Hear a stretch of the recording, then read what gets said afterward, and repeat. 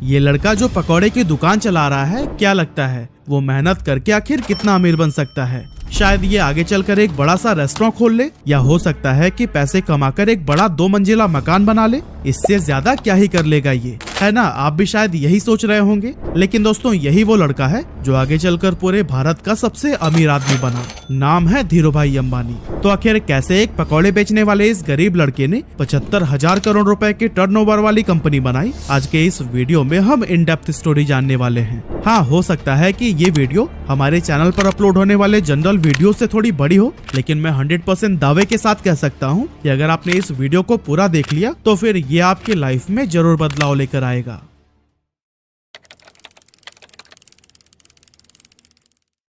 तो दोस्तों, इस कहानी की शुरुआत होती है 28 दिसंबर 1932 से, जब गुजरात के चोरवाड़ गांव के एक मिडिल क्लास फैमिली में धीरजलाल हीरालाल अंबानी का जन्म हुआ था। और यही साधारण सा दिखने वाला लड़का आगे चलकर धीरूभाई अंबानी के नाम से फेमस हुआ। इनके पिता हीराचंद गोवर्धन भाई अंबानी गांव के ही स्कूल में बच्चों को पढ़ाने का काम करते थे। और कुछ इसी तरह से जब धीरूभाई अंबानी 5 साल के हुए तब उनका एडमिशन बहादुर खानजी स्कूल में करा दिया गया। हालांकि धीरूभाई अंबानी को पढ़ाई लिखाई से कोई खास लगाव नहीं था, फिर भी पिता के डर से न चाहते हुए भी उन्हें स्कूल जाना ही पड़ता था। अब क्योंकि हीराचंद जी के कुल 5 बच्चे थे और जैसे जैसे वो बड़े हो रहे थे, उन्हें स्कूल की सैलरी से घर चलाने में काफी प्रॉब्लम होने लगी थी। और दोस्तों, इसी गरीबी और तंगहाली से ही परेशान होकर एक दिन धीरूभाई अंबानी ने फैसला किया कि अब वो पढ़ाई छोड़कर कोई काम करेंगे। वैसे तो बेटे के इस फैसले से हीराचंद काफी नाराज हुए और उन्हें वापस स्कूल भेजने की कोशिश में लग गए, लेकिन धीरूभाई के जिद के सामने उन्होंने भी हार मान ली। अब दोस्तों, यहाँ धीरूभाई काम तो करना चाहते थे, लेकिन आखिर करें क्या, ये उन्हें समझ नहीं आ रहा था। और इस तरह से काम की तलाश में वो इधर उधर घूमते रहे। और फिर इसी टाइम पर वो अपने गांव के एक मंदिर पहुंच गए। उन्होंने देखा कि अक्सर सुनसान रहने वाले मंदिर परिसर में आज बहुत भीड़ लगी हुई थी।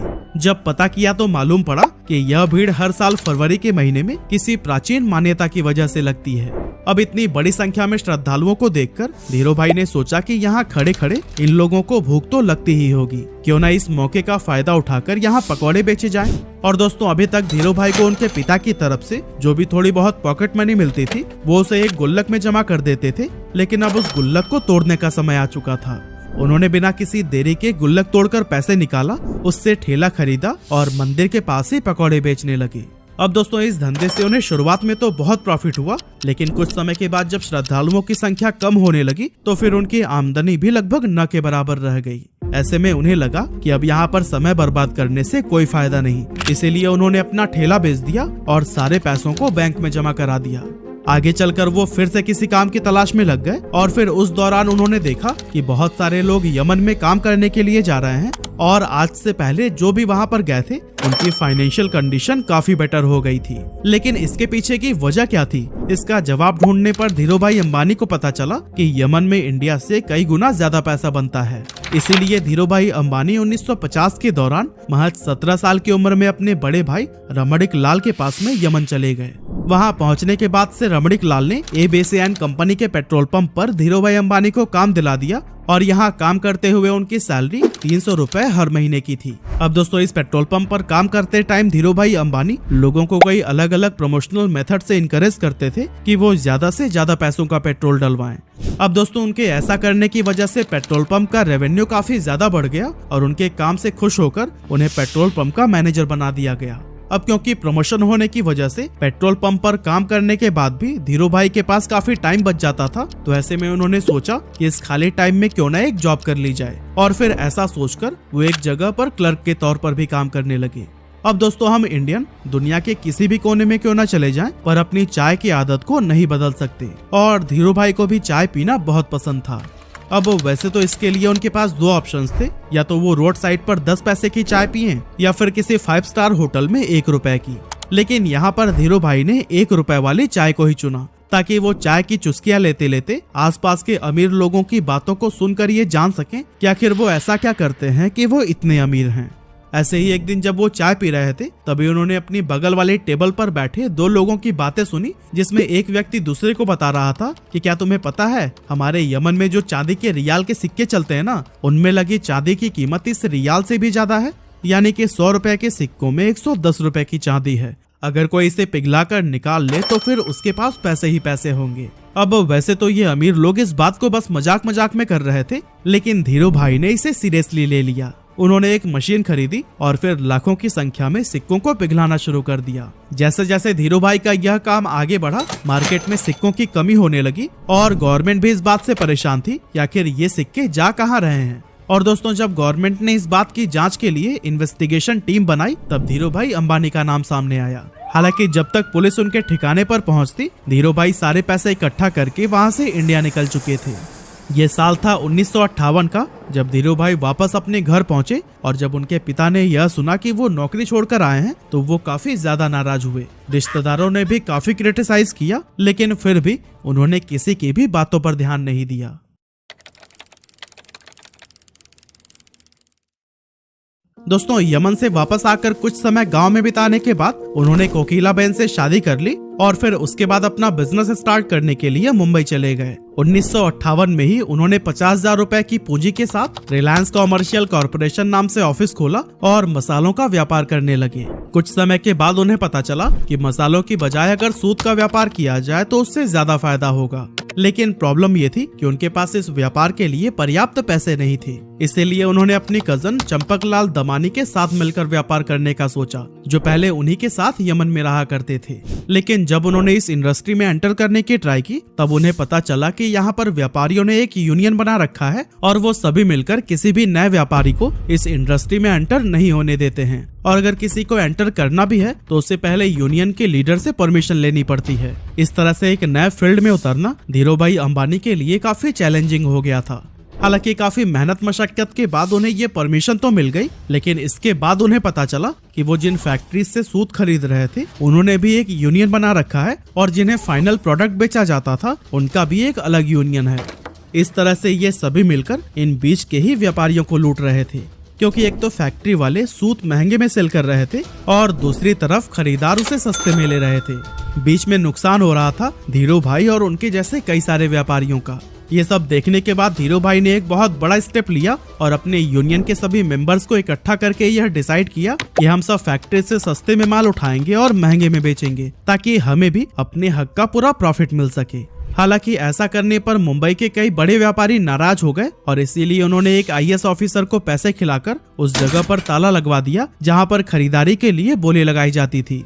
लेकिन दोस्तों, धीरू भाई अंबानी का दिमाग भी किसी से कम थोड़ी था। उन्होंने जब गोदाम में ताला लगा देखा तो अपना विरोध जताने के लिए यूनियन के मेंबर्स के साथ मिलकर अपना सारा माल उसी IAS ऑफिसर के घर के सामने रखवा दिया। अब कुछ ही घंटों में उस IAS ऑफिसर के घर पर बड़े ऑफिशियल्स आने वाले थे और अगर वो घर के सामने बिखरी हुई बोरियों को देख लेते तो फिर उन्हें IAS के हरकतों का पता लग जाता। इसी वजह से अपनी नौकरी को बचाने के लिए कुछ ही मिनटों के अंदर उस IAS ऑफिसर ने ताला खुलवा दिया और धीरू भाई समेत उन सभी व्यापारियों का कारोबार फिर से चल पड़ा।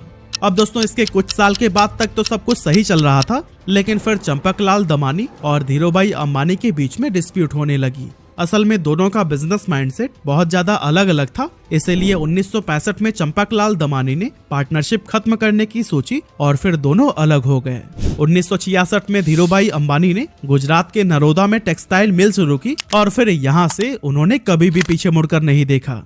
उसी दौरान सरकार रिप्लेनिशमेंट लाइसेंस लेकर आई, जिसके तहत व्यापारी बाहर के देशों से सस्ते फैब्रिक मंगा सकते थे, लेकिन शर्त ये थी कि उससे कुछ नया बनाकर वापस से दूसरे देश में एक्सपोर्ट करना होगा। यहाँ पर धीरू भाई अंबानी ने चालाकी दिखाते हुए अपनी सारी सेविंग से विदेशी फैब्रिक खरीद लिया और फिर उससे तरह तरह के आउटफिट्स जैसे कि टी-शर्ट, शॉल और शॉर्ट्स बनाने लगी। इस नए कारोबार के लिए ब्रांड नेम रखा गया था विमल, जो कि उनके बड़े भाई रमणीकलाल अंबानी के बेटे विमल अंबानी के नाम पर रखा गया था। अब मशीनें लग चुकी थी, कपड़ों का प्रोडक्शन भी भारी मात्रा में कर लिया गया था, लेकिन उन्हें बाजार में उतरने से रोकने के लिए दूसरे टेक्सटाइल मालिकों ने एक चाल चली। एक्चुअली उन्होंने अपने सभी रिटेलर से यह कह दिया था कि अगर धीरू भाई अंबानी से आपने माल खरीदा तो फिर वो उन्हें आगे से माल नहीं देंगे।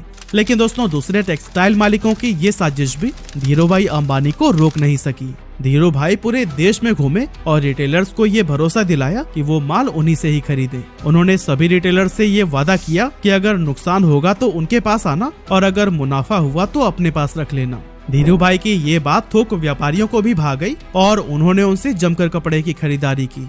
अब चूंकि पॉलिस्टर की क्वालिटी मार्केट में मौजूद बाकी ब्रांड्स के मुकाबले बहुत ही बढ़िया थी, इसीलिए विमल के कपड़ों की डिमांड बहुत तेजी से बढ़ने लगी।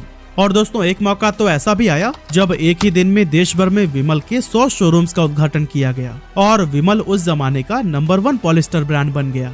इसके अलावा वर्ल्ड बैंक की टीम ने जब धीरूभाई के नरोदा स्थित कपड़ा मिल का इंस्पेक्शन किया तो फिर उन्होंने इसे इंडिया का बेस्ट टेक्सटाइल मिल कहा। साथ ही यहाँ पर बने हुए कपड़े डेवलप्ड कंट्री के स्टैंडर्ड्स पर भी एक्सीलेंट साबित हुए। लेकिन दोस्तों ये सफर धीरूभाई अंबानी के लिए इतना आसान नहीं था, क्योंकि जब इनके कॉम्पिटिटर्स को ये पता चला कि धीरूभाई अंबानी रिप्लेनिशमेंट का गलत फायदा उठा रहे हैं, तब उन्होंने धीरूभाई अंबानी पर केस कर दिया। इसके बाद से धीरूभाई अंबानी ने ये सफाई दी कि शर्तों में ये कहाँ लिखा गया है कि बाहर के देशों से माल मंगाकर 100% प्रोडक्ट को ही एक्सपोर्ट कर देना है। असल में धीरूभाई अंबानी विदेशी फैब्रिक से बनाए गए कपड़ों में से कुछ हिस्सा फॉरेन मार्केट के लिए रवाना कर देते थे और फिर बाकी का डोमेस्टिक के लिए रख लेते थे। और दोस्तों उनकी इस स्ट्रैटेजी से उनके बिजनेस को काफी प्रॉफिट भी हुआ। साथ ही विमल देश सहित विदेशों में भी अपनी अच्छी पहचान बनाने में कामयाब हो गया। इस एरिया में मिली सफलता के बाद धीरूभाई अंबानी ने धीरे धीरे कई और भी दूसरे सेक्टर्स में अपने बिजनेस को एक्सपेंड करना शुरू कर दिया।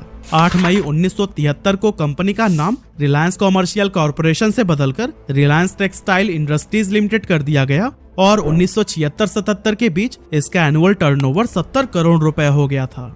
अब दोस्तों आया जनवरी 1978, जब धीरूभाई अंबानी ने आजाद भारत का पहला आईपीओ लाने का विचार किया और फिर अपनी कंपनी को बॉम्बे और अहमदाबाद स्टॉक एक्सचेंज पर लिस्ट कर दिया। 10 रुपए शेयर प्राइस पर 2.8 मिलियन इक्विटी शेयर्स का आईपीओ पेश किया गया, जिस पर इन्वेस्टर्स ने जमकर भरोसा जताया और 58,000 इन्वेस्टर्स ने इसमें इन्वेस्ट किया था। इस स्टॉक से लोगों ने भरपूर प्रॉफिट कमाया और ये इतना पॉपुलर हो गया कि जब 1986 में कंपनी की एनुअल शेयर होल्डर मीटिंग रखी गई तो फिर उस टाइम पर 30,000 शेयर होल्डर्स उसमें शामिल हुए, जो कि इंडियन कॉर्पोरेट हिस्ट्री में एक रिकॉर्ड बन गया था। कमाल की बात तो ये थी कि उस टाइम पर बॉम्बे में एक भी ऐसा हॉल नहीं था जो कि इतने लोगों की कैपेसिटी को होल्ड कर सके। इसी वजह से इस मीटिंग को एक मैदान में ऑर्गेनाइज किया गया था। 1980 में धीरूभाई अंबानी ने महाराष्ट्र के पातालगंगा में पॉलिस्टर फाइबर धागे का कारखाना खोला और काफी कोशिशों के बाद तेल के उत्पादन के लिए भी सरकार से लाइसेंस हासिल कर ली। इस तरह एक टाइम पेट्रोल पंप पर काम करने वाले धीरूभाई अंबानी की अपनी खुद की ऑयल प्रोडक्शन कंपनी हो गई। इसके बाद आया 16 फरवरी 1986, जब धीरूभाई को पहला हार्ट अटैक आया। एक्चुअली उन्होंने अपने बेटे मुकेश अंबानी को बताया कि उनकी पीठ में काफी तेजी से दर्द हो रहा है और इससे पहले कि उन्हें हॉस्पिटल लेकर जाया जाता वो अनकॉन्शियस हो गए थे। अब जब मुकेश अंबानी उन्हें लेकर अफरा तफरी में हॉस्पिटल पहुंचे तो डॉक्टर्स ने कहा कि अगले 42 घंटे इनके लिए बहुत ज्यादा क्रिटिकल हैं। लेकिन दोस्तों इतनी सीरियस हालत होने के बावजूद होश आते ही उन्होंने अपने बेटे को देखते हुए कहा, तुम परेशान मत होना बेटा, मैं सब ठीक कर दूंगा। इस स्ट्रोक के बाद से धीरूभाई अंबानी का एक हाथ पैरालाइज हो गया था, लेकिन धीरूभाई अंबानी ने डिसाइड किया कि ये उनकी कमजोरी नहीं बनेगा। इसीलिए लगातार 3 महीनों तक उन्होंने खूब एक्सरसाइज की, डाइट पर पूरा ध्यान दिया और लाइफस्टाइल में बदलाव किया। इसका असर ये हुआ कि धीरूभाई का हाथ पहले से काफी ठीक हो गया। अब दोस्तों आगे चलकर धीरूभाई अंबानी एक ऐसे गोल्डन एरा में एंटर हुए जब इनके बिजनेसेस कई सारे सेक्टर्स में तेजी से एक्सपेंड होने लगे। एक्चुअली 1992 में धीरूभाई अंबानी ने वो करके दिखाया जो कि उस समय की बड़ी बड़ी इंडियन कंपनीज ने सपने में भी नहीं सोचा था। असल में इस साल कंपनी ने ग्लोबल मार्केट से भी फंड जुटाना शुरू कर दिया और ऐसा करने वाली रिलायंस देश की पहली कंपनी बन गई थी। साल 1995-96 में धीरूभाई अंबानी ने 9X यूएसए के साथ मिलकर अपनी telecom company Reliance telecom private limited की भारत में शुरुआत की। इसके बाद से 1998 से 2000 के दौरान धीरूभाई अंबानी ने दुनिया के सबसे बड़े रिफाइनरी पेट्रोकेमिकल्स को गुजरात के जामनगर में ओपन किया।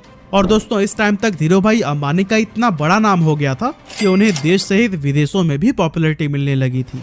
ये पॉपुलैरिटी तब और भी इंक्रीज हो गई जब साल 1996, 98 और 2000 यानी कि 3 साल उन्हें एशिया वीक मैगजीन ने power 50 most powerful people in Asia की लिस्ट में शामिल किया था। ये इंडिया के लिए बहुत ही गर्व की बात थी और इससे भारत के पोटेंशियल्स के बारे में बाकी के देशों को भी अंदाजा होने लगा था। इतना ही नहीं, 15 जून 1998 को धीरूभाई अंबानी पहले इंडियन बने जिन्हें बेहतरीन लीडरशिप के लिए the Wharton school university of Pennsylvania की तरफ से डीन्स मेडल से नवाजा गया था। इसके अलावा 1999 में धीरूभाई अंबानी को बिजनेसमैन ऑफ द ईयर के अवार्ड से भी सम्मानित किया गया और 2001 में द इकोनॉमिक टाइम्स ने इन्हें लाइफ टाइम अचीवमेंट का अवार्ड दिया।